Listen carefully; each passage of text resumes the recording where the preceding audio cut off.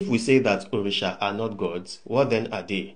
First of all, let us establish again the fact that the Yoruba people have never recognized any god other than Olodumare. So what again are Orisha? See them as a set of principles, a set of ideas through which we understand the operatings of this world. Many of them were actually human beings who led very extraordinary lives, and so they became heroes, they became saints. So if you see them as ideas, as personified principles that guide our relationship with Olodumare, it becomes easier to see the science and philosophy in a lot of the things that they did. Watch this video for more details. If we take SOPONNA, for example, if you divorce all the mystical connotations with which we were taught to approach Orisha, and you just look at the orature that was passed on to us from those who birthed us, then you will see that the mysteries there are not even as important as the explainable phenomena. If we approach SOPONNA as the Yoruba movement, Yoruba concept, Yoruba cult, Yoruba guild of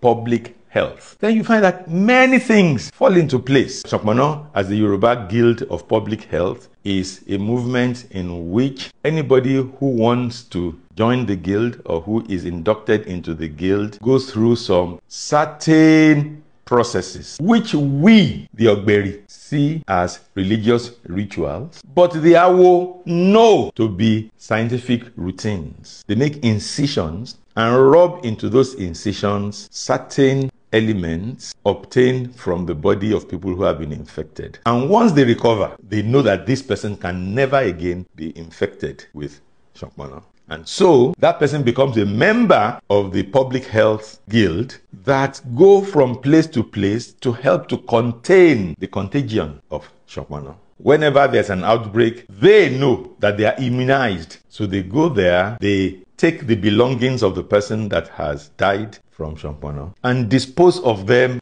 ritually. Some of the belongings they even use because they know they are immune. So you see them as a public health movement, basically. And a lot of their knowledge, a lot of their methods, a lot of their processes were later discovered and appropriated into modern medicine. For example, SOPONNA has many names. One of the other names of SOPONNA is Olode. And if you refer to somebody as Olode, that is the Lord of the open space, the person in charge of the open space. So what do you expect when there is an outbreak and they say Olode ti bode, which means the owner of the open space has taken over the open space. So let everybody stay at home. What is Seode? Lockdown until the Olode Babagba Chagbarigi releases the open space again. That's what was done in Yoruba communities many years ago. So if we then say SOPONNA